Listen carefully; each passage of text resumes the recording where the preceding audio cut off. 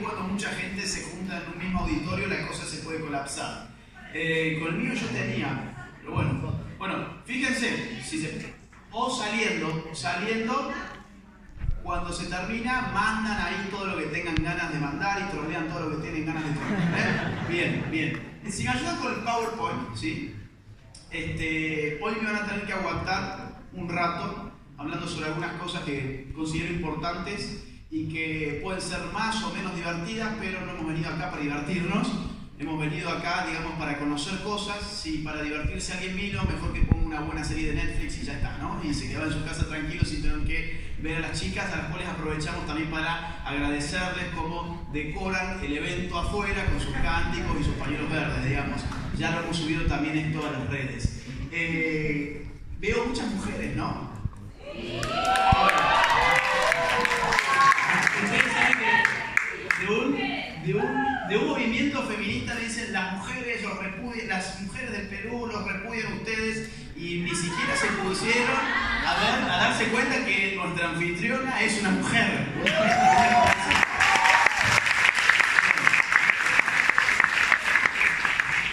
La conferencia de hoy se llama ¿Qué es y cómo se impone la ideología de género? ¿Okay?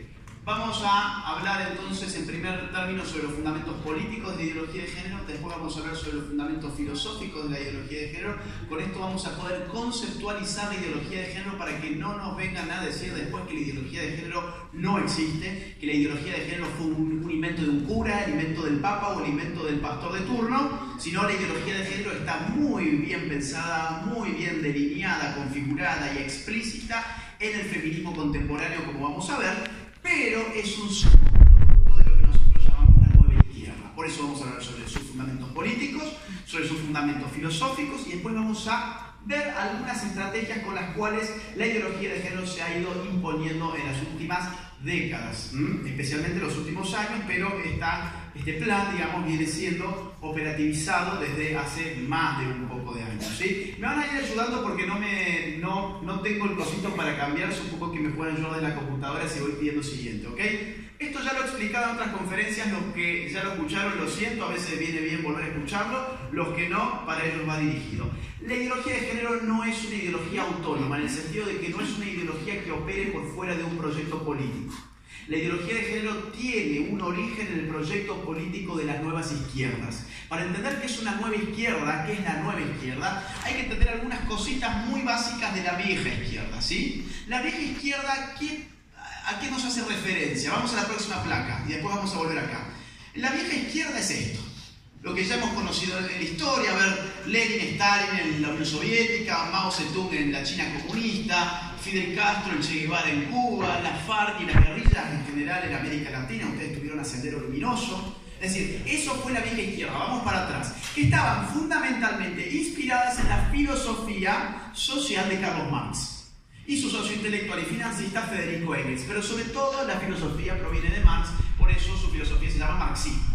El marxismo clásico inspiró una visión de la sociedad, de la política y de la historia en esas viejas izquierdas que articuló una estrategia revolucionaria. ¿Cómo miraba la sociedad Marx? Lo vamos a hacer bien simple con un esquema. La miraba como si fuese una casa de 2 pisos, ¿ok? El primer piso sostiene el segundo piso, como en cualquier casa. ¿Qué es el primer piso para Marx? Es algo que él llamó estructura o base. Base o estructura. ¿Qué es el segundo piso para Marx? Es algo que él llamó superestructura. ¿Y cuál es la diferencia entre una cosa y otra? Que la base o la estructura refiere a la estructura económica, el sistema económico de una sociedad. Para Marx, el sistema económico era estructurante. El sistema económico generaba todo lo demás, todo lo que enriquecía a la sociedad, digamos, la moral, el derecho, la cultura, la religión, el arte, digamos, todo aquello que era epifenoménico, todo aquello que era intangible, se ubicaba en el segundo piso que él llamó superestructura, ¿ok? Entonces tenemos una estructura económica real, material, relaciones productivas, tecnologías de la producción, cosas que se pueden tocar, y tenemos en un segundo piso cosas que no se pueden tocar: moral, derecho, religión, arte, filosofía, etcétera, etcétera. A ver si me están siguiendo. Esta es una pregunta que va para ustedes. Si nosotros somos marxistas, estamos por ejemplo en la década del 40, ¿ok? que la sociedad funciona de esta forma y queremos hacer una revolución, lo cual significa que queremos destrozar esta sociedad para, sobre sus escombros, levantar una nueva. ¿Cómo hacemos para derribar la sociedad? ¿Dónde ponemos la bomba? ¿En el primer piso o en el segundo piso de la casa? El primer piso, evidentemente, por dos razones. Primero, porque el primero sostiene el segundo. Y en segundo término, porque en segundo ni siquiera tenemos cosas tangibles reales. Son meros reflejos de un sistema económico que genera esos artilugios culturales simplemente para mantener la dominación. Esa es la idea del marxismo clásico. Pero ¿qué pasó? Para Marx y su filosofía de la historia, el socialismo era inevitable. ¿Por qué razón? Porque bajo un régimen capitalista, las condiciones de vida del obrero iban a empeorar cada vez más. El obrero iba a ser cada vez más explotado cuanto más avanzaba el capitalismo, razón por la cual el obrero en algún momento iba a tomar conciencia de clase, iba a hacer su revolución y el socialismo iba a llegar indefectiblemente por las propias leyes que acontecían en la estructura económica del sistema capitalista, ¿sí? Por eso él no se va a morir por sus últimos años China, Rusia, Cuba. No, él se va a morir a Inglaterra, se va a morir a Londres. ¿Por qué? Porque ahí el capitalismo está más avanzado que en ninguna otra parte del mundo y dice, bueno, si tengo alguna probabilidad de ver mi teoría cumplirse, ¿qué fue eso? Eché una bomba, ¿no? Si yo tengo, digamos, la probabilidad de ver mi teoría cumplirse, va a ser en Londres, no en Rusia. Rusia es un régimen, digamos, casi agrario. ¿Qué marca esto? ¿Qué quiero decir con esto? Que la teoría de Marx falló. ¿Por qué falló? Porque el capitalismo, cuanto más avanzó, lejos de marginar y explotar cada vez más al obrero, lo fue absorbiendo en el sistema, fue enriqueciéndolo, fue generándole situaciones de confort. Pensemos en los Estados Unidos de la década de 50, 60, 70. Entre el año 1950 y 1973, los países más capitalistas del mundo, los de la OCDE, crecen a un promedio de un 5% de su PBI anual durante 23 años ininterrumpidos, a tasas chinas, diríamos hoy. ¿Esto qué significa? Que la riqueza se multiplica, la riqueza se derrama y los obreros se aburguesan. Entonces vos le decís al obrero, somos del Partido Comunista y te invitamos a hacer una revolución el sábado, y el tipo te dice, mira, el sábado tengo que ver un programa de la televisión con mis amigos y comer un asado. El obrero pasa a estar más ocupado en cambiar de automóvil que en cambiar el mundo, ¿ok? Entonces, ¿qué hacemos ahora? Tenemos que hacer una revolución, y la revolución era de clases, pero las clases sociales que iban a hacer esa revolución están absorbidas por el sistema. Porque el sistema económico generó confort, no explotación. Entonces, ¿qué hacemos? Bueno, teníamos algo que se llamaba superestructura, que dijimos que no servía básicamente para nada, porque todo estaba en función del sistema económico. ¿Por qué no miramos ahí? ¿Qué podemos tener ahí arriba? Por ejemplo, sexos, por ejemplo, géneros. Entonces, si antes le decíamos al obrero, usted está siendo explotado por su patrón a través del sistema capitalista de producción, o antes le decíamos al campesino, como aquí en Perú, campesino, usted está siendo explotado por el terrateniente a través de este sistema económico, ahora le podemos decir, por ejemplo, a la mujer, usted está siendo oprimida por el hombre a través del sistema patriarcal. O le podemos decir al homosexual, oiga, homosexual, usted está siendo oprimido por el heterosexual a través de la heteronormatividad, del sistema heteronormativo. La misma lógica dialéctica de conflicto que se aplicaba en los asuntos económicos pasaron a aplicarse al terreno de lo cultural, específicamente hablando en el tema que nos compete hoy, de lo sexual. Eso es la nueva izquierda, es un corrimiento de la dialéctica hacia el campo superestructural o hacia el campo cultural de la revolución. De acá proviene la ideología de género. Nos hemos tenido que ir hasta la década del 50 y vamos a verlo más en profundidad de eso ahora, para entender que esto no viene ni de Perú, ni de Argentina, ni del tercer mundo, viene de un capitalismo avanzado cuyas izquierdas entendieron que en ese contexto económico no iban a poder hacer una revolución económica y se desplazaron a hacia una estrategia de tipo cultural, ¿sí? Vamos a la próxima y a la próxima, por favor. Vamos a hablar sobre los fundamentos políticos de la ideología de género y sobre los fundamentos filosóficos. Recién hablamos de los fundamentos políticos. Los fundamentos filosóficos de la ideología de género, ¿ok? Esos fundamentos están en el feminismo contemporáneo.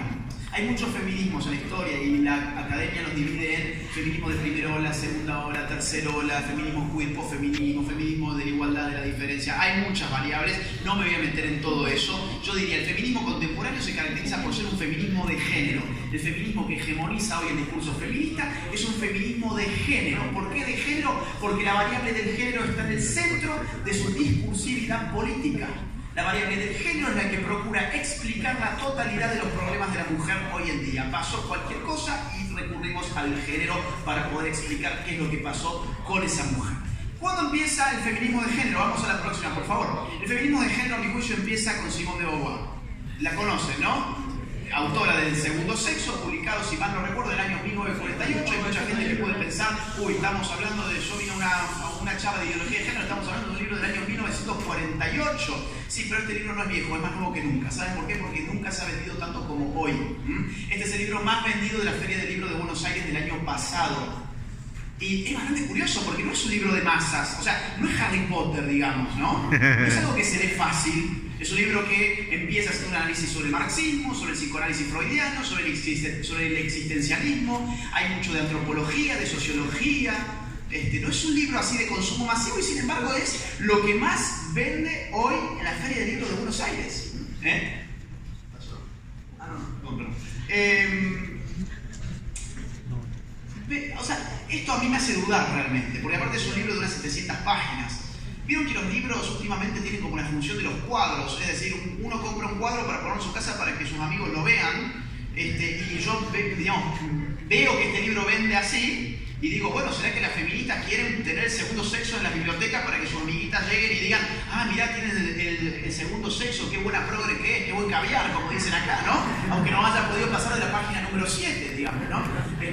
Suele pasar, todos queremos tener el objeto libro, no el contenido del libro, ¿eh? Pero ¿qué es lo que se conoce del segundo sexo de Simone de Beauvoir?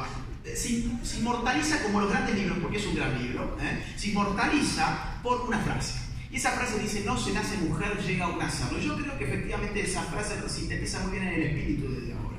Y sintetiza muy bien lo que inaugura. ¿Qué inaugura esa frase? La ideología de género. ¿Por qué razón? Porque si no se nace mujer, llega un hacerlo, eso significa que en la mujer no hay nada esencial que la defina como mujer, porque sus características que la hacen ser mujer no vienen con ella, sino que son dadas. Si no se nace mujer, llega un hacerlo, la mujer se hace mujer y no es mujer desde un primer momento. Luego, las características que definen a la mujer como mujer no son esenciales. Son construidas. ¿Y qué se hace con las cosas que se construyen? Se deconstruyen. Que es la palabrita talismánica que hoy se utiliza a todo propósito. No se nace mujer, llega un hacerlo. ¿Y quién hace a la mujer ser una mujer? Bueno, estamos hablando de un libro que se llama El Segundo Sexo. ¿Eso qué significa? Que hay un primer sexo, en orden jerárquico incluso. ¿Cuál es ese primer sexo? A ver si se dan cuenta. El varón, el hombre, que configura y domina en un sistema económico, cultural y político que hace que eso que no es una mujer llegue a ser una mujer. ¿Para qué? Para mantenerla dominada por los intereses de quién, del macho. Es decir, todo eso dicen solamente 8 palabras, y a mi juicio este es el origen ya, digamos, filosófico, importante de la ideología de género que viene de la mano del feminismo de género que aquí se inaugura. La condición de la mujer queda desencializada de esta forma. Vamos a la próxima, voy a hacer un repaso teórico, no se me aburran, esto es importante, hay que conceptualizar, y después vamos a poder entender. Si no conceptualizamos no se puede entender la realidad, ¿sí? Kate Millett, en los Estados Unidos, publica en la década del 70 Política Sexual, otro de los grandes libros enseñados en toda la cátedra de género, ¿sí? Uno de los libros más importantes del siglo XX del feminismo radical. Década del 70, Estados Unidos, Nueva York, para ser más precisos. Digamos, ¿por qué trasciende este libro? También por una frase. Ella dice, lo personal es político. Y hoy todo el mundo repite, lo personal es político. En las facultades de Ciencias Sociales, de Humanidades, lo personal es político. Y ustedes pueden pensar, ¿y a mí qué cuernos me importa? Es decir, ¿qué significa que lo personal sea político? ¿Cuál es el problema con que lo personal sea político? Mucho. El problema es grave. ¿Por qué razón? Porque a su vez, es el origen del totalitarismo moderno. Lo personal no es político. Nosotros vivimos en una sociedad moderna que se caracteriza por monopolizar la política y la fuerza en una organización que se llama el Estado moderno. ¿Quiénes son esas personas que están manejando las palancas de poder de esa maquinaria que llamamos Estado? Los políticos. Si nosotros decimos lo personal es político, en última instancia le estamos diciendo al político, oigan, lo personal, es decir, mi persona, es un producto de usted. Yo me debo a usted. Y usted, como lo mío es suyo, puede hacer conmigo lo que usted quiera. ¿Por qué? Porque lo personal es político. Puede intervenir. A ver, la relación que yo tengo con mi novia, la relación de un esposo con su esposa, la relación de un padre con un hijo, como son relaciones personales, son entonces relaciones políticas. Y si son relaciones políticas, ¿a quién compete la política? A señores que se llaman políticos y que tienen las maquinarias del Estado para intervenir en esas relaciones. Entonces, esto que es tan celebrado hoy es la puerta de ingreso ideológica a muchas de las cosas que estamos viviendo hoy, como por ejemplo la ideología de género impuesta a través del currículo escolar. ¿Qué es que el Estado le diga a un padre, yo me hago cargo de la educación y la moralización sexual de tu hijo, sino decirle a ese padre, tu hijo al tener una relación personal contigo es una relación política y yo me encargo de la política, y la sexualidad es una cuestión política, o sea, no es una cuestión privada, individual, personal, doméstica, es política. Ya vamos a ver algunos ejemplos. Vamos mientras tanto a la próxima, por favor. Vamos 10 años más adelante. Monique Wittig, en Francia, escribe una serie de ensayos, entre otros El pensamiento heterosexual. Yo quiero compartir con ustedes dos tesis muy importantes porque hoy se viven a diario, ¿sí? Número uno, Monique Wittig dice en Francia que existe en Occidente una cosa que se llama régimen de heterosexualidad obligatoria, o heteronormatividad, también conocido así. Ahora, curioso, ¿no? Porque esto, por ejemplo, en Argentina se enseña en educación sexual integral. A los chicos les dicen en Argentina, vos vivís en un régimen que te obligó a ser heterosexual. Entonces, Pedrito, si sos heterosexual, ten en cuenta que has sido obligado a hacerlo. No es que realmente lo seas. Hay un sistema que te obligó a vos a ser heterosexual. Ahora, ¿cuánto de cierto tiene esto? Nada. ¿Por qué? Por dos razones por lo menos. Número uno, biográficas. Esta mujer era lesbiana y vivió en Francia su lesbianismo como quiso sin que nadie la moleste. Es decir, no tuvo ninguna obligatoriedad de ser heterosexual. Número dos, un argumento de tipo lógico. No hay nada obligatorio en la medida en que su alternativa no esté prohibida. No hay nada obligatorio en la medida en que su alternativa no esté prohibida. Vamos a por un ejemplo. Yo hoy vine con una camisa blanca. ¿A mí se me obligó a venir con una camisa blanca? No. ¿Por qué razón? Porque podría haber traído una azul, o una roja, o una negra, o una marrón, o lo que yo quisiera. Luego, ¿hay un régimen de camisas blancas obligatorias? No.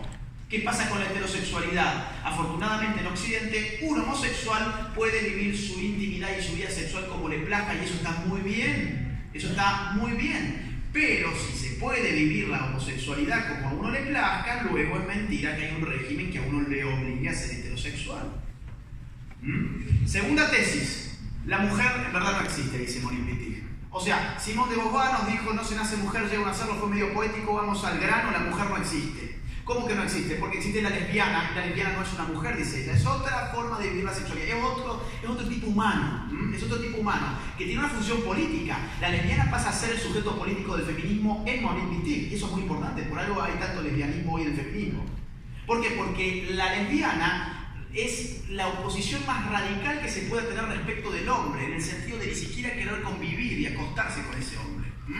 Y ella dice, la lesbiana subvierte el binarismo sexual. Nos han dicho que había dos sexos, no es cierto, la lesbiana viene a confirmar que hay una pluralidad sexual, ¿ok? Esto es una estupidez, ¿sí? El problema con las estupideces es cuando nadie se toma el trabajo de refutarlas en el momento en que tienen que ser refutadas, porque poco a poco van adquiriendo la autoridad de lo verdadero. Porque es una estupidez, sencillamente porque una lesbiana es simplemente una mujer que tiene orientación sexual hacia otras mujeres, punto final, no es menos mujer que una mujer heterosexual, ¿sí? Pero ustedes pueden pensar cuán verdadero es que esto se está imponiendo. Es decir, todos sabemos que las mujeres existen, a pesar de que Monique Wittig haya dicho en los 80 que la mujer no existe. Yo les diría, sí, los ciudadanos hoy en día sabemos que las mujeres existen y que los hombres existen, claramente.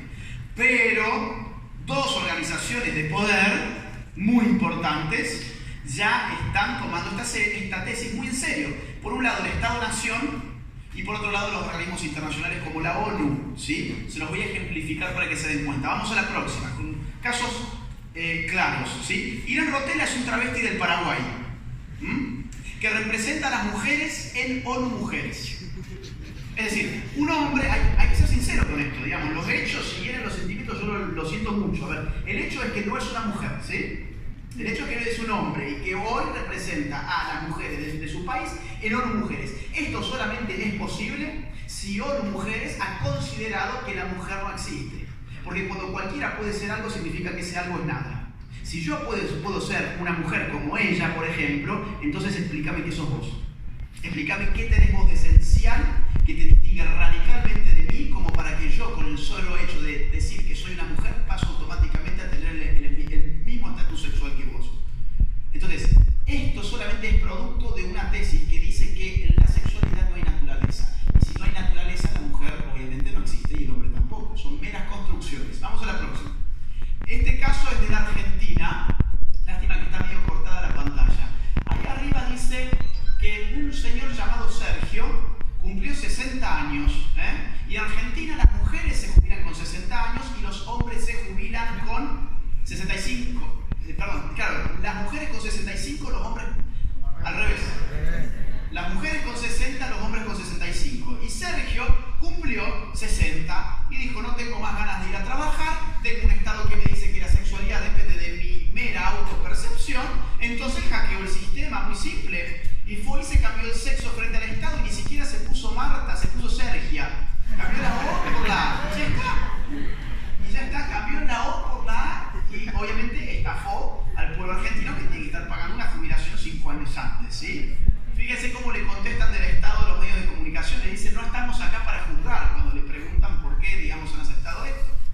¿Qué significa no estamos acá para juzgar? Significa no estamos acá para discernir. ¿Para discernir qué cosa? Si Sergio es Sergio, si Sergio es Sergia, si Sergio es Sergia, si Sergio es Sergio, o quién demonios es este sujeto, digamos. No lo podemos saber. ¿Por qué razón? Porque previamente, como Estado, hemos asumido que la sexualidad depende de la autoconstrucción o de la autopercepción. Entonces, si nosotros le decimos, no, señor, usted es un señor y usted tiene que seguir trabajando 5 años más, entramos en cortocircuito con la ideología oficial. Y no podemos entrar en cortocircuito con la ideología oficial, porque ha adquirido el carácter del dogma, ¿sí? Vamos a la próxima. Esto en Argentina también, la justicia ordenó fichar un transexual en la liga de hockey femenino, aunque las mujeres no querían jugar, digamos, con lo que es, vamos a decirlo con todas las letras, un hombre, ¿sí? Tiene la fuerza de un hombre, la musculatura de un hombre, la velocidad de un hombre, etc. Pero la justicia ordenó por la ley de identidad de género que dice que cada uno es sencillamente aquello que autopercibe ser. Vamos a la próxima, porque esto está pasando en muchos lugares. Si me pueden arreglar el PowerPoint porque está cortando demasiado la noticia y después no vaya a ser que digan que yo me estoy inventando algo, ¿no? Acá nos habla sobre un adolescente transexual que gana una competición en la categoría femenina de atletismo. Vamos a la próxima.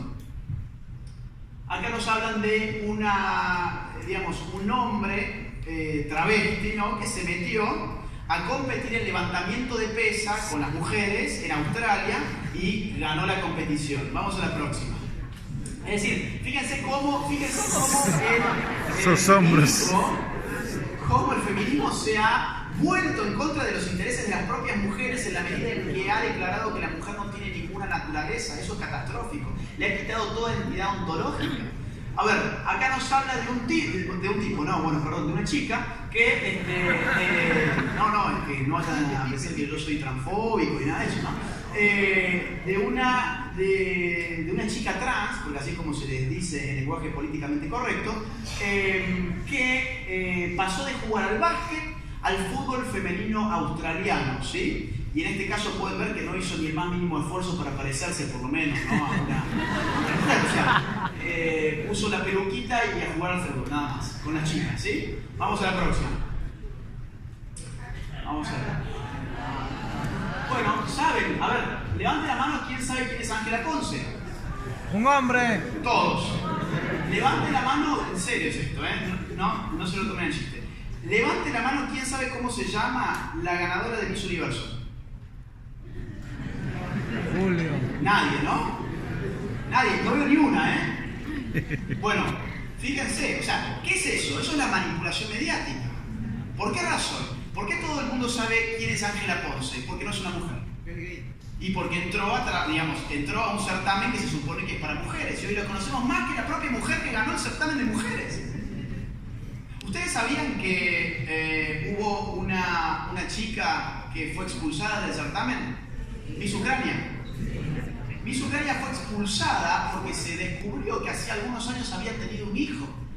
Fíjense qué perverso, ¿no? O sea, un certamen de mujeres expulsa a una mujer por haber tenido un hijo, cuando la capacidad de concebir es aquella distinción que radicalmente diferencia a una mujer respecto de un hombre.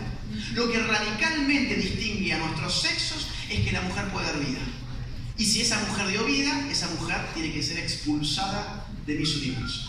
Ahora bien, si vos sos un hombre que te rebanaste los genitales, te pusiste silicona, te dejaste el pelo largo y te maquillaste, todo el mundo te va a conocer y te van a conocer más que si hubieses ganado el certamen. Digamos que el patriarcado a veces existe, ¿no? Vamos a la... y está impulsado por el feminismo, eso es lo más triste, ¿sí? Vamos a la próxima. Bueno, esto está pasando en Argentina, ¿no? Son cosas que se repiten, no son casos aislados. Históricos, 2 mujeres trans, o sea, 2 hombres, serán candidatas a la reina de la vendimia. Los hombres estamos avanzando sobre aquellos lugares que han sido históricos. ¿Eso es un aplauso para las chicas o qué? Para el patriarcado. Yo no sé. Bueno, igual. Bueno, vamos con la próxima. Es como que quedé offside. 2 noticias separadas por 6 meses de distancia, Estados Unidos. La primera es que trasladaron a un violador a una cárcel de mujeres tras su cambio de sexo. 6 meses más tarde, aíslan por conducta obscena a un violador transgénero que pretende en una cárcel femenina.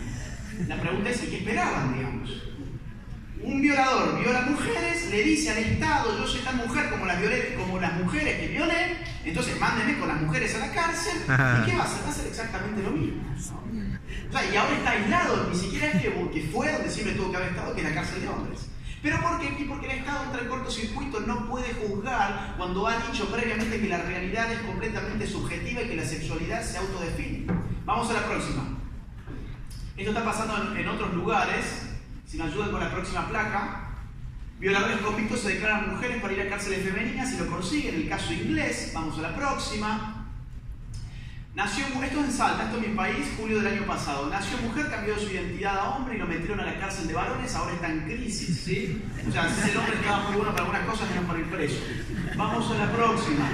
Ahora, ok, todos estos ejemplos son para ilustrarles a ustedes que no es exagerado decir que la idea de que la mujer no existe ya es una realidad en los órganos de poder mundiales y estatales. Porque todo esto solamente es posible si nuestros estados y las organizaciones internacionales han dado por cierto que la mujer no tiene ninguna esencia. Vamos a volver un poquitito a la teoría.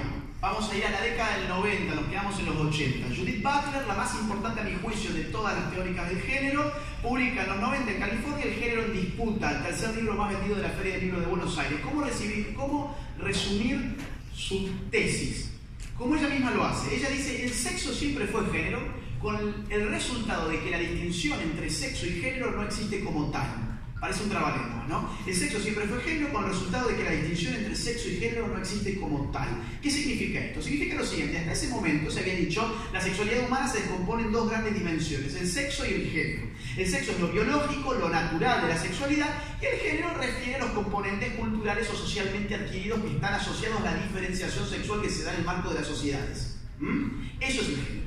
Lo otro es el sexo, por ejemplo, que es el género. Y bueno, digamos, una expresión de género sería que las chicas, por ejemplo, como ella, tiendan a usar zapatos con tacón o con las plataformas altas y los hombres no. ¿Por qué es género y no es sexo? Y bueno, porque ella no ha nacido con un tacón puesto, digamos. O sea, es parte de una cultura que en sus estrategias de diferenciación sexual ha dado, digamos, ciertos tipos de indumentaria a un sexo y a otro sexo. El problema con Judith Butler y la revolución teórica de Judith Butler es afirmar sin pelos en la lengua que el sexo siempre fue género. Lo cual significa, a la hora de hablar de sexualidad, solamente el género puede resolver todos nuestros problemas. Podemos explicar la compleja realidad sexual humana a partir del género, porque el sexo siempre fue género. Entonces, todo aquello que esté vinculado con la naturaleza sexual humana queda totalmente desplazada de las discusiones que tengan que ver con la sexualidad, ¿sí? Ya vamos a volver a este tema para entender por qué es profundamente anticientífico. Mientras tanto, vamos a una autora más y ya corto con la problemática teórica para poder definir qué es la ideología de género. Vamos a la próxima, por favor. Beatriz Preciado, la más importante a mi juicio de Europa, es española, enseña en la Universidad París 8, tiene una serie de libros, entre ellos El Manifiesto Contrasexual, de donde está sacada esta reflexión. Se la voy a leer. Van a ver que siempre es encriptado, todo es complejo, todo es oscuro. ¿Por qué razón? Bueno, Popper decía que cuando uno escribe más complejo de lo que es necesario es porque está ocultando probablemente una falacia. Vamos a, claro, porque uno dice, uy, estoy leyendo esto y no entiendo nada de lo que dice, debe ser porque yo soy muy tonto y esto debe ser muy científico. Y no siempre es así, vamos a verlo.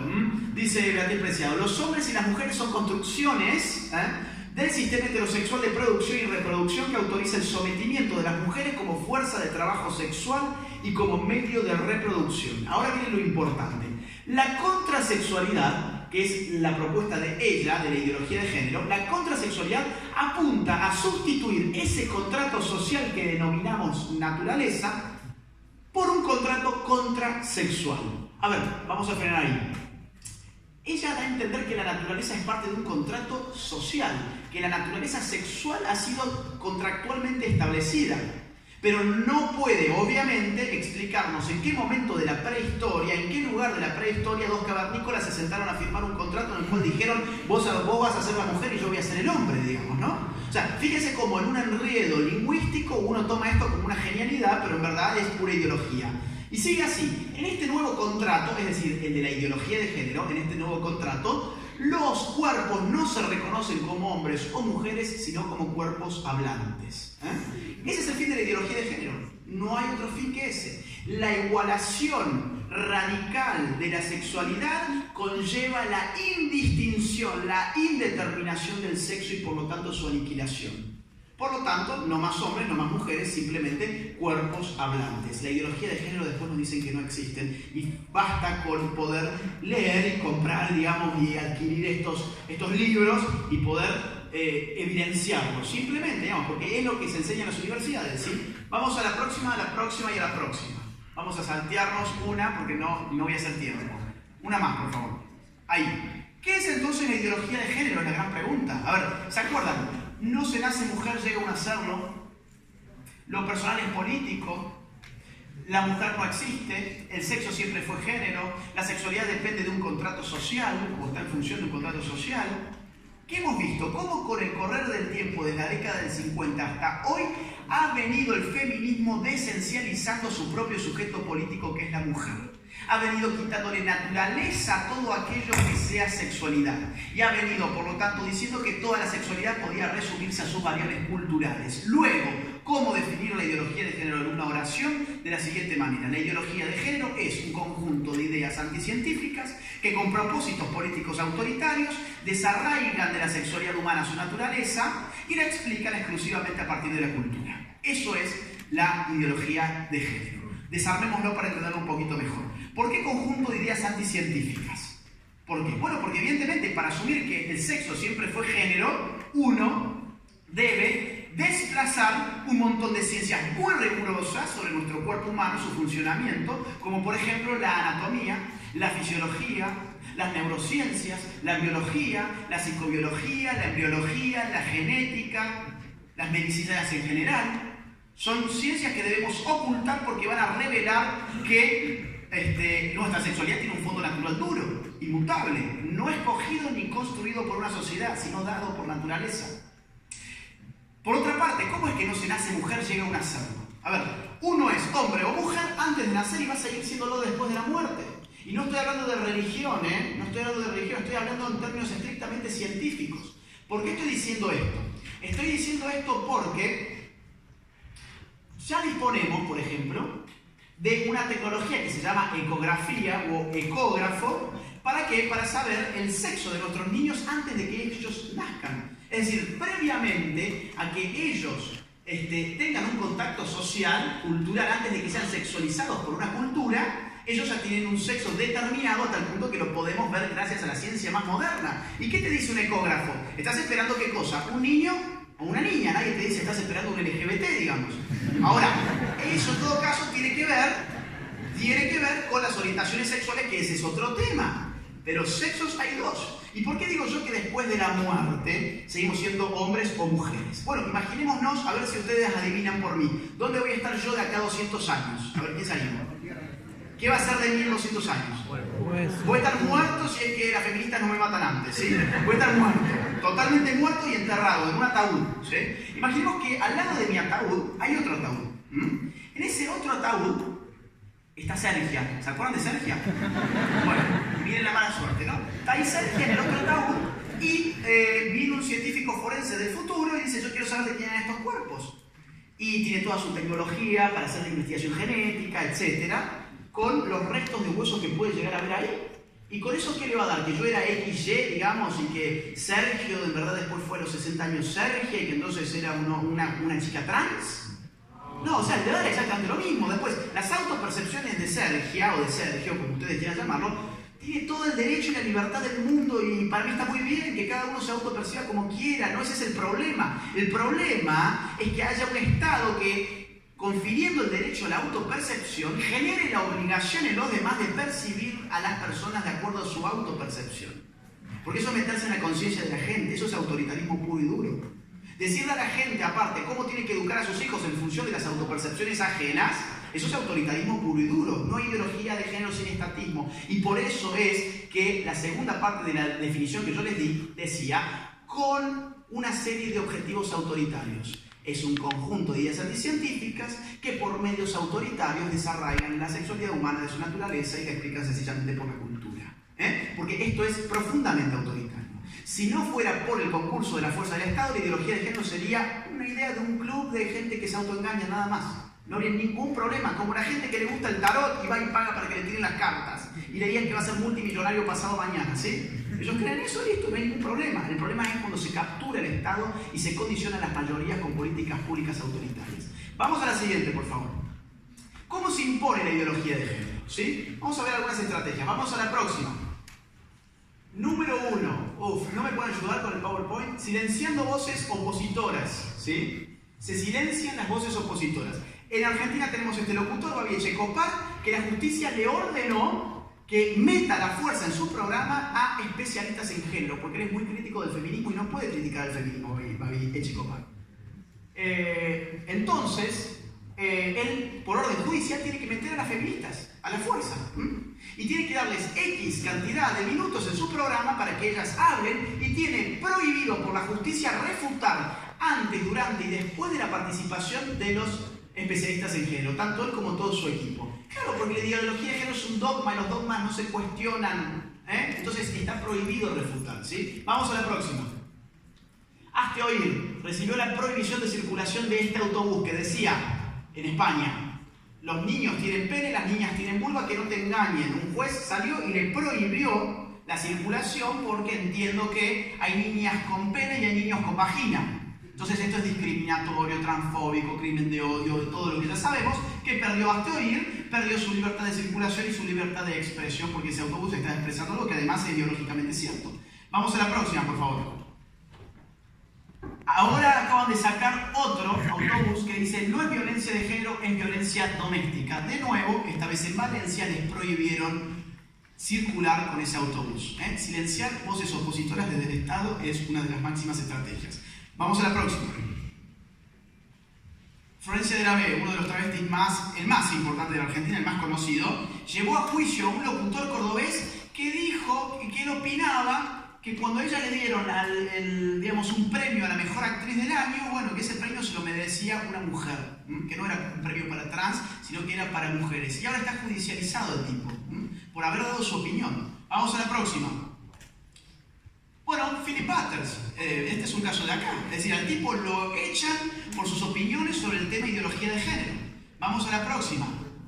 En Argentina también a María Granata, una periodista actriz, digamos, o no sé bien, digamos, porque no sigo mucho yo la TV, pero es como una panelista, digamos, de programas de la tarde, la echaron por tweets que ella mandó contra el aborto y contra el feminismo, y la echaron por sus tweets del programa de TV. Vamos a la próxima. Pareja cristiana pagará multa de $150.000 por no hacer pastel para boda gay en Oregon. No quisieron hacer un pastel por una boda gay por sus convicciones religiosas y el Estado le dijo, bueno, tenés que pagar una multa. Fueron recurriendo, llegaron hasta la Corte Suprema y hace poco la Corte Suprema terminó fallando a su favor. ¿Por qué? Porque estamos en tiempos de Donald Trump, digamos, seamos sinceros. Si hubiésemos estado en tiempos de Hillary Clinton, esta gente tendría que pagar $250.000. Pero ¿qué fue lo que perdieron ellos?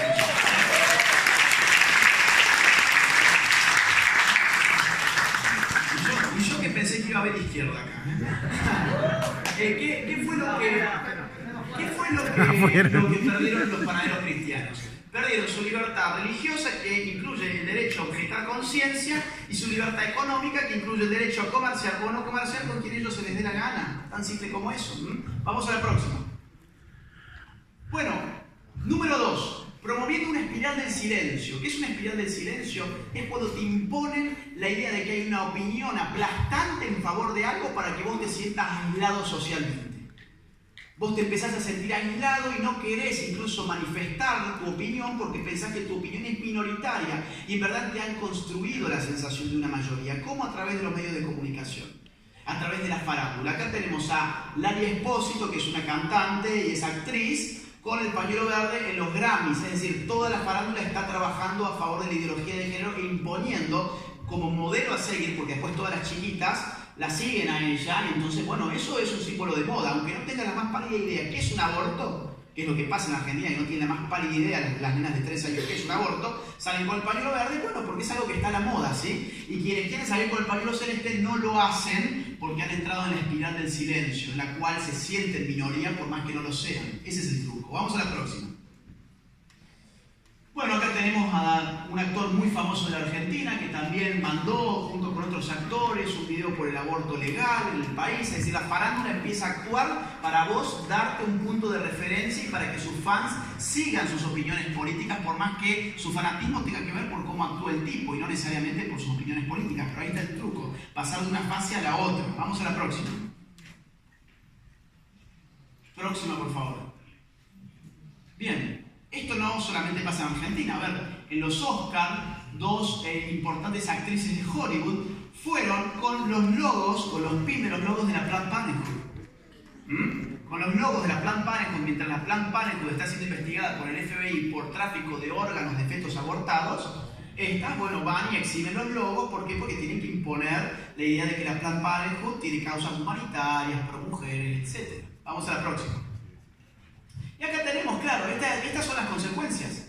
Nenas que no tienen la más pálida idea que es un aborto, usando un símbolo que significa legalizar el aborto ya, aunque no tengan idea de su contenido, pero tiene que estar a la moda.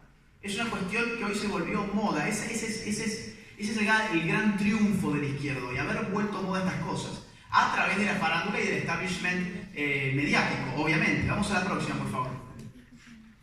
Claro, y a quien se le ocurre llevar el pañuelo celeste, te pegan en la calle directamente. Entonces, ¿para qué? Para que no lo vuelvas a usar. Esta chica es lesbiana y pertenece a un grupo que se llama LGBT Pro Vida.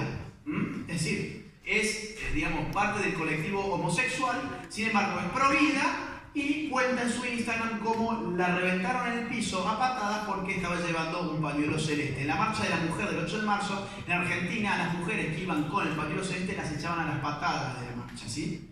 Vamos a la próxima. Así opera la espiral del silencio, silenciando justamente. Número 3, haciendo ingeniería cultural.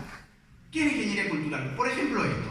En Gran Bretaña, hace 2 años, una señora embarazada llega a una clínica y le dicen, felicitaciones señora, usted va a ser madre, pero ella dice, yo soy un hombre, yo no soy una mujer, pero está embarazada, digamos. Pero bueno, ella se ofende, el lobby LGBT se moviliza, ¿y qué ocurre?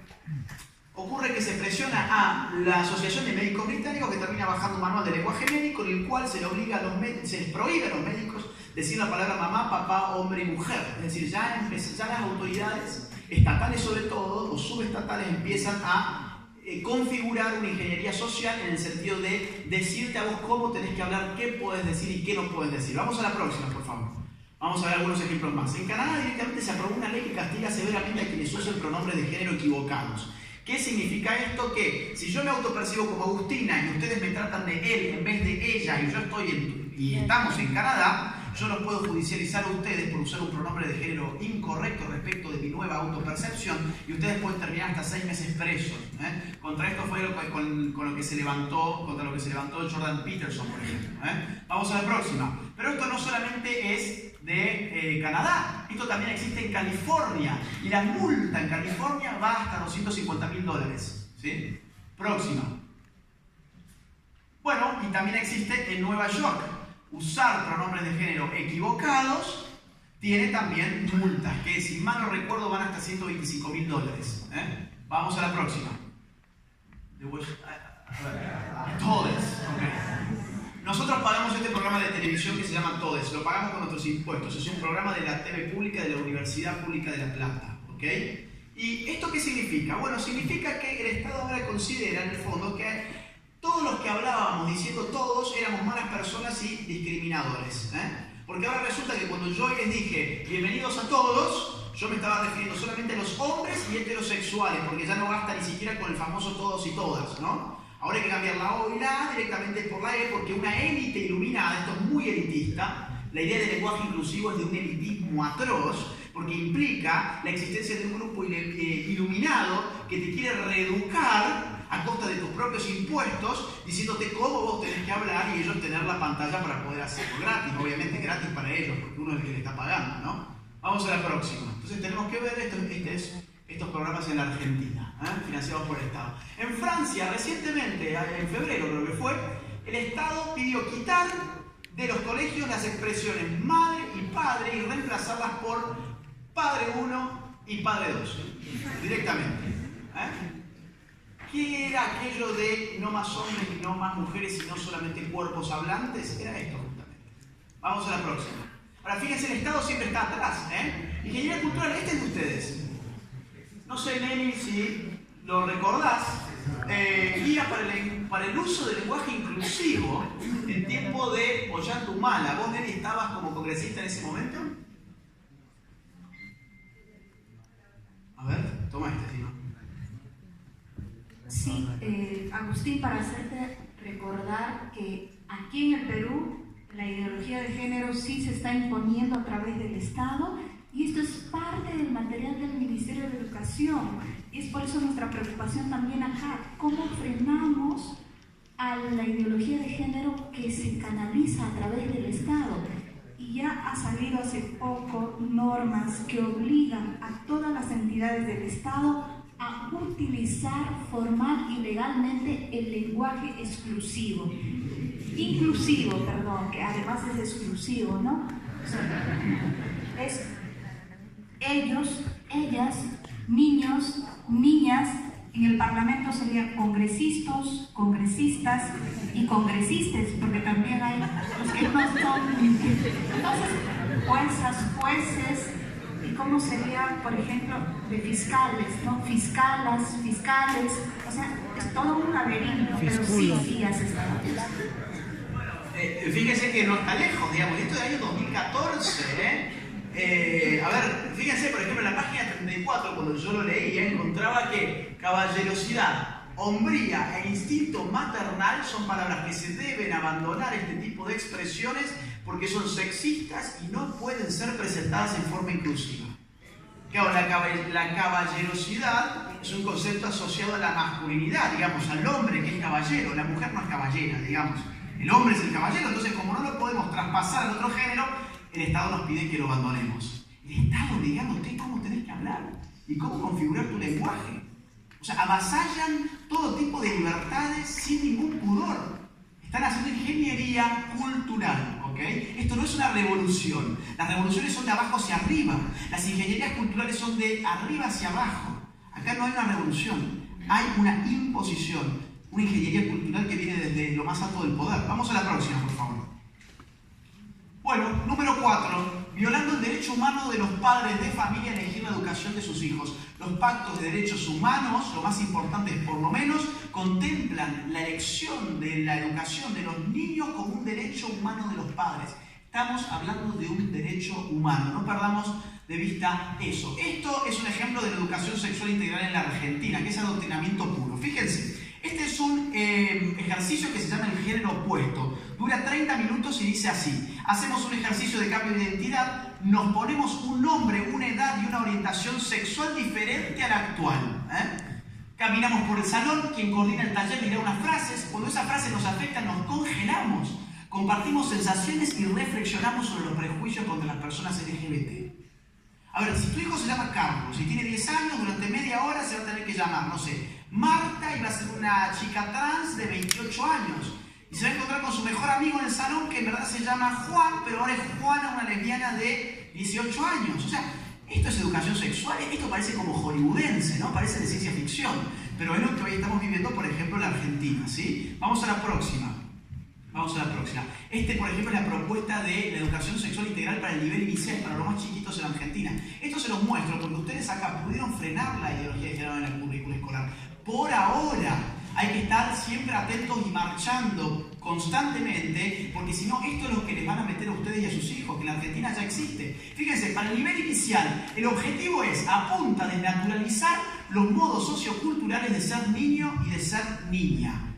O sea, vos mandás a tu hijo de 5 años a un jardín de infantes para que le desnaturalicen la forma de ser niño y de ser niña. Ese es el objetivo del Estado, de la educación. Vamos a la próxima, a ver cómo se hace esto. Así se hace esto. En Argentina ya están, en algunos jardines de infantes, jugando a que los chicos se vistan de nena, se pinten los labios, se maquillen. Vamos a la próxima. Fíjense, eso es lo que se está haciendo en Argentina. Próxima, por favor. Esto es un programa de la Presidencia de la Nación Argentina, se llama Familia, un modelo para desarmar. O sea, el Estado hoy está al frente del desmantelamiento de las familias. Vamos a la próxima. Esto es educación sexual en Costa Rica, fíjense qué tétrico, Les explican así la violencia a los chicos. ¿Dónde está la violencia? Es la pregunta. Dice, habría un nivel mesosocial en donde estarían los factores que fomentan la violencia. Esos factores que fomentan la violencia son la segregación urbana, el microtráfico de drogas y un factor de tipo cultural, la masculinidad. O sea, si sos hombre, sos masculino, vos sos el culpable de la violencia. Tu masculinidad está generando la violencia en esta sociedad. Entonces, ¿qué tenés que hacer? Deconstruirte. ¿Qué significa eso? Bueno, claramente, por ahí lo han dicho. Vamos a la próxima. Crean conflictos permanentemente, conflictos que ni siquiera existen realmente, pero ellos van avanzando conforme van creando conflictos y los imponen en la sociedad de arriba hacia abajo. En Suecia, el partido de izquierda propuso una ley para obligar a los hombres a orinar de sentados. Creo que ustedes conocían este caso, digamos, es un caso que uno inmediatamente piensa, ¿y cómo se aplica esto? A mí se me ocurren dos opciones: o pones a un burócrata, a un policía que mire cómo el sueco está haciendo pis, a ver si comete delito o no, o vieron ese Big Brother, Gran Hermano, el reality show, ese engendro televisivo. Bueno, hacete un Gran Hermano nacional del pis de los suecos con una camarita en cada baño y un burócrata atrás de una computadora mirando a ver cómo está orinando. Ahora, esta ironización responde a entender que el objetivo no es obligar a los hombres a hacer pis de sentados. El objetivo es mucho más sutil. El objetivo es de arriba hacia abajo bajar un mensaje conflictivo entre los sexos. Decirle a los hombres y a las mujeres, oigan, ustedes no son complementarios, ustedes están en guerra. Esa guerra es tan feroz que se expresa incluso en las diferencias a la hora de ir al baño, pero no se preocupen, nos tienen a nosotros, a los políticos, para solucionarles todos sus conflictos, ¿sí? Para eso nos pagan. En España, el gobierno vasco busca prohibir el fútbol en los colegios por ser una actividad sexista. Ahora hay un problema, también se ve con el fútbol. Entonces, ¿qué tengo que hacer? Liberarnos. ¿Cómo nos liberamos? Da vuelta a la página y siempre hay una prohibición. Siempre te ofrecen libertad, da vuelta a la página y te prohíben algo. Como querían prohibir, de hecho, esta conferencia, por ejemplo, ¿no? Entonces, los chicos ya no van a poder jugar más al fútbol porque se ve que hay un problema de igualdad de género. Vamos a la próxima. Vamos a la próxima, por favor. Si me ayuda la persona, ahí va, ahí va. Fíjense, conflictos que no existen. Para evitar discriminación, abren baños mixtos en la escuela. Ahora hay un problema con los baños, entonces necesitamos todos meternos al mismo baño y vernos entre hombres y mujeres con todo el riesgo que eso puede llegar a generar. Por ejemplo, vamos a la próxima. una chica transgénero, que aquí viene a ser un hombre, de 18 años, violó a una chica de 10 años en un baño femenino. Claro, eso es lo que va a pasar. Abrís un riesgo innecesario, pero al mismo tiempo, vamos a la próxima, tenemos a las feministas pidiendo vagones exclusivos para mujeres, la medida contra el acoso en el metro que genera controversia. O sea, vamos todos al mismo baño, ahora en el metro, cada uno un vagón distinto. ¿Se dan cuenta cómo crean conflictos de la nada? Vamos a la próxima. Ya vamos a ir terminando. Próxima. 6. Promueven parafilias y perversiones. 3 noticias rápidas. Holanda legaliza un partido que defiende la pederastia, es decir, sexo entre adultos y niños. En Canadá, la Corte Suprema legaliza parcialmente el sexo con animales. ¿Por qué? Porque en la medida en que no haya penetración. Esa es, digamos, la cláusula, ¿no? Las juventudes del Partido Liberal Sueco defienden legalizar la necrofilia, es decir, el sexo con cadáveres, y el incesto, sexo con familiares próximos. ¿Qué tiene que ver esto con la ideología de género? Para eso conceptualizamos, para dejar de guiarnos por nociones. La ideología de género es progresiva. Si vamos al concepto, vamos a entender qué tiene que ver esto.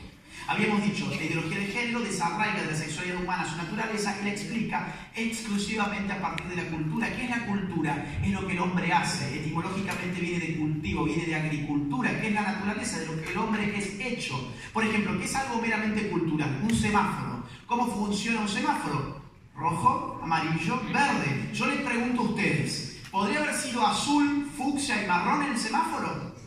¿Por qué? Porque lo hicimos nosotros. No se cayó de un árbol, no salió de un huevo, no nació del piso, ni salió de la panza de nadie, lo hicimos nosotros. Entonces sus colores fueron una convención arbitraria, porque es meramente cultural. Si nosotros decimos que la sexualidad es meramente cultural y no es algo dado, significa que es intercambiable, que es arbitraria, tan arbitraria como los colores del semáforo. Entonces, ¿por qué vamos a prohibir todas estas cosas?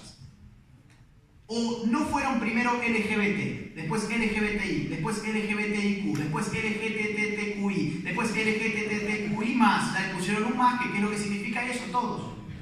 O sea, todo aquello que no sea heterosexual y que sea disidente respecto de la heteronormatividad es parte del lobby. Y si yo puedo decirles hoy, oigan, saben que yo soy Agustina y por ende los obligo a percibirme como yo me autopercibo, que me quita mañana no poder decirles que además de Agustina yo tengo 6 años.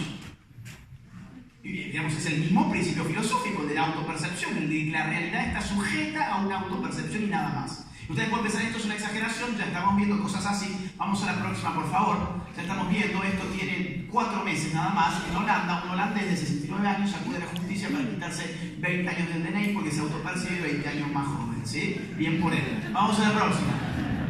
En Canadá, la increíble transformación de un hombre de 52 años en una niña. A ver, el problema no es el tipo porque locos han habido siempre. A ver, no es el problema. El problema es el medio de comunicación, porque no tiene nada de increíble y no se transformó en nada. Sigue siendo un gordito de 52 años con un peluquín y un babero, nada más. No se transformó en absolutamente nada, ¿sí? Pero el medio de comunicación te dice eso y uno piensa, oh, qué bárbaro Canadá, qué avanzado, qué mundo tan moderno. Un tipo de 52 años ahora es una nena, ¿no? Vamos a la próxima. Bueno, acá estaba antes con sus 7 hijos, ahora está, tras su increíble transformación, con 2 muñecas de trapo y un tutú. ¿Dónde está la foto del tutú? Donde las nenas de 6 años están. ¿Dónde están las nenas de 6 años? ¿En los colegios? Vamos a la próxima. Bueno, un tipo que violó a 3 niñas dice que es un niño atrapado en el cuerpo de un adulto. Eso dice esa noticia de Chicago. O sea, esto se está empezando a usar realmente. Vamos a la próxima. La pedofilia es una orientación sexual como la heterosexualidad o la homosexualidad. Esto se dijo, por ejemplo, en el Parlamento canadiense. Psicólogos fueron a exponer sobre este tema. Es decir, ya se está empezando, cuando la ideología de género va avanzando, siempre va por un poco más, porque su filosofía le permite siempre ir por un poco más bajo la presunción de que la sexualidad es una autoconstrucción, ¿sí? Vamos a la próxima. ¿Conocen TEDx? Las conferencias internacionales muy bien financiadas, muy bien filmadas y muy bien viralizadas. Esta es de Alemania, una polémica charla de TEDx intenta normalizar la pedofilia como una orientación sexual natural. O sea, si vos sos un tipo de 50 años que te excitás con una chiquita que tiene 5, con un chiquito de 7 años, no te preocupes porque TEDx ahora te ha dicho que eso es totalmente natural. Y lo que está natural está muy bien, ¿eh? Vamos a la próxima. Revista Cosmopolitan. Dice así, una chica le escribe cómo es tener sexo con su padre. Y te cuenta la historia, digamos, de amor, porque esto es información.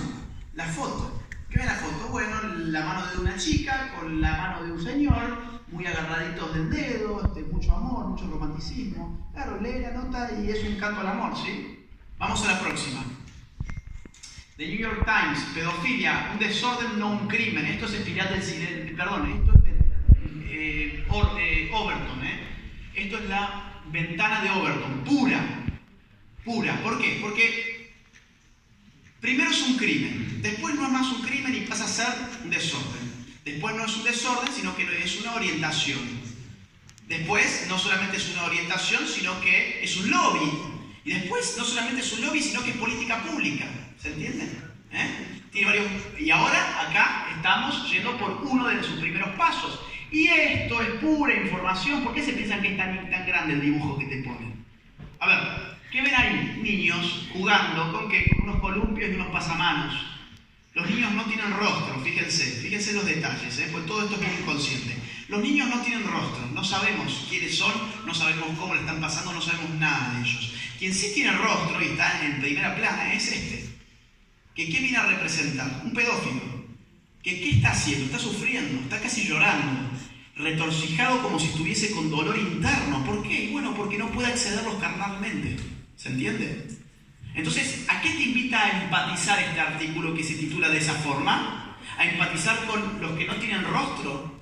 ¿O con este tipo que le ves el sufrimiento humano? Bueno, obviamente, todo eso está totalmente pensado, ¿no? Vamos a la próxima. Una mujer de 72 años y su nieto de 26 enamorados y a la espera de un bebé. Otra vez mienten, porque una mujer de esa edad no puede tener hijos. Sí, habrá alquilado un vientre, no lo sé, pero la mentira es constante en los medios de comunicación. Próxima. Este es buenísimo, Clarín, el diario más importante de Argentina, informa. Confesó estar enamorada, se casó con una estación de tren y asegura tener sexo mental con ella. Carol contó que su relación con el edificio comenzó en 2011 y 4 años después se casó con ella. O sea, Carol viene a ser esta señora y su novio viene a ser esta pared, básicamente para que ustedes se ubiquen en la foto, ¿sí? Ahora, el diario te informa que esto no es, no es que te titulen una señora con un problema psiquiátrico X piensa que tiene relaciones sexuales con una pared. Digamos, lo que te están informando es que acá hay una relación y que esa relación tiene un nombre que es orientación sexual objetofílica. Lean la nota entera, van a ver cómo te enseña el diario. Esto se llama objetofilia, no vayan a pensar que es un trastorno. Es objetofilia. Entonces, ustedes que se rieron, ¿qué serían? A ver si me siguen. Objetofóbicos. Así funciona. O sea, los enfermos mentales, porque son fóbicos, son ustedes, no ella que tiene sexo por esa pared, sexo mental además. Vamos a la próxima. Ella me hace feliz y la amo. Un joven se casará con su muñeca zombie y revela los íntimos detalles de su historia romántica. Otra vez, no es que el diario te titule extraña patología de una joven la lleva a querer casarse con una muñeca sinceramente espantosa, ¿no? O sea, todo esto está bien pensado en ese sentido. Vamos a la próxima. 7. A través del apoyo de organizaciones internacionales. Las organizaciones internacionales están apoyando la ideología de género y imponiéndola en nuestros países. Estoy cerrando, La ONU felicita a la Argentina y le pide la aprobación de la ley del aborto. La ONU metiéndose en asuntos de nuestro país, diciéndole a los senadores y a los diputados qué tienen que votar. Vamos a la próxima. Cuando no se aprobó en el Senado el aborto, sacaron un comunicado. Expertas de la ONU lamentan profundamente el rechazo del Senado argentino a la despenalización del aborto. ¿Sí? Vamos a la próxima. La Corte Interamericana de Derechos Humanos reconoció el matrimonio igualitario y llamó a los países de la región a legalizarlo. 7 personas, 7 jueces integran la Corte. 7 jueces queriendo legislar para millones de latinoamericanos. ¿A ustedes les parece que eso se llama gobierno del pueblo, de la democracia? ¿Eso es un régimen representativo, democrático? De ninguna forma. Son 7 personas sobre millones de latinoamericanos que quieren imponer, por ejemplo, el matrimonio homosexual, la ley de identidad de género y la adopción homoparental, como estaba en la opinión consultiva de enero del año pasado para Costa Rica. Vamos a la próxima. Bueno, el informe Kissinger es muy interesante, sería bueno que lo busquen. Es un informe del año 74 que se desclasificó en el año 91 y donde básicamente le dice a Estados Unidos, es para la CIA y es para el gobierno de los Estados Unidos, les dice claramente, hay un riesgo en la seguridad norteamericana porque hay mucha gente en el mundo y se están reproduciendo cada vez más. Entonces, ¿qué tenemos que hacer? Ajustar biológicamente a ciertos pueblos, como con políticas de género y aborto. Ahora, que no se vaya a interpretar que esto es imperialismo demográfico, y para ello tenemos el discurso feminista. Lo dice así el informe. Están usando a las feministas de idiotas útiles, básicamente. ¿Sí? Vamos a la próxima. Este es lo último. Con muy buen financiamiento. Amnistía Internacional, la ONG, apoyó la despenalización del aborto en la Argentina. Pagó $1 millón a The New York Times para que el día de la votación tiñera la contratapa de su diario de verde y le dijera a los senadores argentinos: el mundo los está mirando. Es decir, ustedes no representan a los argentinos, ustedes representan los intereses de aquellos que decimos que somos el mundo porque tenemos el poder para publicar de color verde la contratapa de The New York Times. Eso es lo que significa, ¿sí? Vamos a la próxima. Y después se crean revolucionarios. Planned Parenthood invirtió más de $5 millones en Argentina para promocionar el aborto. Vamos a la próxima. Obviamente, Planned Parenthood, ya lo dijimos, lucra con tráfico de órganos de fetos abortados. Esto lo está investigando el FBI y generó un escándalo en el Congreso de los Estados Unidos. Vamos a la próxima.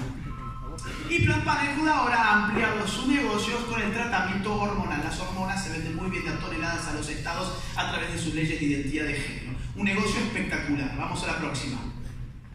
Bill Gates y Warren Buffett, los más ricos del planeta, unidos en la anticoncepción y el aborto, desde sus fundaciones financian todos los lobbies LGBT, feministas y abortistas del mundo. Vamos a la próxima. Esta es la página de Bill y Melinda Gates Foundation, donde tienen su sección para la planificación familiar, que es el eufemismo para llamarle al aborto. Vamos a la próxima. Y esto es Open Society de George Soros. Su página tiene una sección especialmente dedicada a la promoción del LGBTI y cuentan, y ahí están todos los reportes financieros de cuánto dinero le dan a todas estas organizaciones. Esto es una revolución de arriba hacia abajo, es decir, no es una revolución. Vamos a la próxima. Y finalmente, bajo el manto de la industria mediática y académica. Esto no se puede hacer si no es por el concurso de los medios masivos de comunicación que desinforman a la gente, que estupidizan a la gente, y con una industria académica que ha encontrado un muy buen negocio del género. Es decir, abramos departamentos de género, revistas de género, conferencias de género, los posgrados de género, los bachilleratos de género, talleres de género, y nos llenamos de plata. Eso es lo que está pasando hoy en día. La universidad encontró que había un gran negocio con la cuestión del género, que había, digamos, la posibilidad de seguir generando carreras fantasmas, y entonces por eso es que se ponen tan nerviosos cuando nosotros vamos a universidades a desmantelar este discurso anticientífico, porque ven sus intereses económicos y el prestigio de sus universidades, entre otras cosas, en riesgo, ¿sí? Última placa creo que me queda. ¿Qué queda después de todo esto? Resistir. Queda resistir. ¿Sí? No tenemos ni el apoyo de los medios de comunicación hegemónicos, no tenemos el apoyo de las ONG de los multimillonarios, no tenemos el apoyo del Estado-Nación, no tenemos el apoyo de las ONG internacionales, no tenemos el apoyo de los organismos internacionales. ¿Qué tenemos? El voto y nuestra presencia en el espacio público. La única resistencia que hoy tenemos a mano es haciéndonos presentes en el espacio público y diciéndoles a nuestros políticos que ellos se deben a nosotros, no a estos grupos elitistas de poder que quieren condicionar por caprichos de minorías las políticas públicas de naciones enteras. Lo único que nos queda es resistir y comprometernos en una lucha sin tiempo y sin cuartel. Muchas gracias.